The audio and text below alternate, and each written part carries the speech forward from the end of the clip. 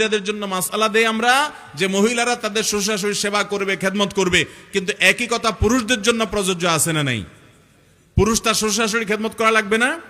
অতএব তাদেরকে অর্থ দিয়ে, পরামর্শ দিয়ে, সহযোগিতা করে, আন্তরিকতা দিয়ে, দোয়া করে বিভিন্নভাবে সহযোগিতা করতে হবে। কারণ তাদের মেয়ের সাথে আপনি সংসার করছেন, তাদের অবদান আপনার প্রতি আছে, কৃতজ্ঞতা আদায় করতে হবে। আমাদের সমাজে কৃতজ্ঞতা আদায় করা তো দূরের কথা, বরং বউ চুন থেকে নুনটা যদি খসায়, সাথে সাথে মোবাইলটা নিয়ে ফোন দেয়া, শ্বশুরের ফোন দেয়া, ধমক শুরু হয়, আপনার মেয়ে এই আকাম করছে, আপনার মেয়ে এটা বলছে, মাকে বলে, সম্বন্ধীকে বলে। এরকম অনেক স্বামী আছে না নাই?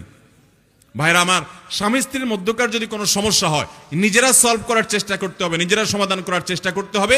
না হলে অন্যদের সহযোগিতা আপনি নিবেন, সেটাও কোরআনে বলা আছে। কিন্তু মনে রাখবেন, কথায় কথায় বাপ মাকে টেনে এনে তাদেরকে কষ্ট দিয়ে আঘাত দেওয়াটা জায়েজ নাই। আল্লাহ আপনাকে যখন একটা মেয়ে দিবে, এই মেয়েটা মানুষ হিসাবে ভুল হতে পারে কি পারে না? ভুল হতে পারে কি পারে না? এই ভুলের কারণে আপনার জামাই যদি আপনাকে ফোন করে এরকম তার নামে বিচার দেয়, কলিজাটা যে তখন কিরকম লাগবে তখন বুঝতে পারবেন। এজন্য আল্লাহর ওয়াস্তে এই ছোট লোকিটা আমরা করব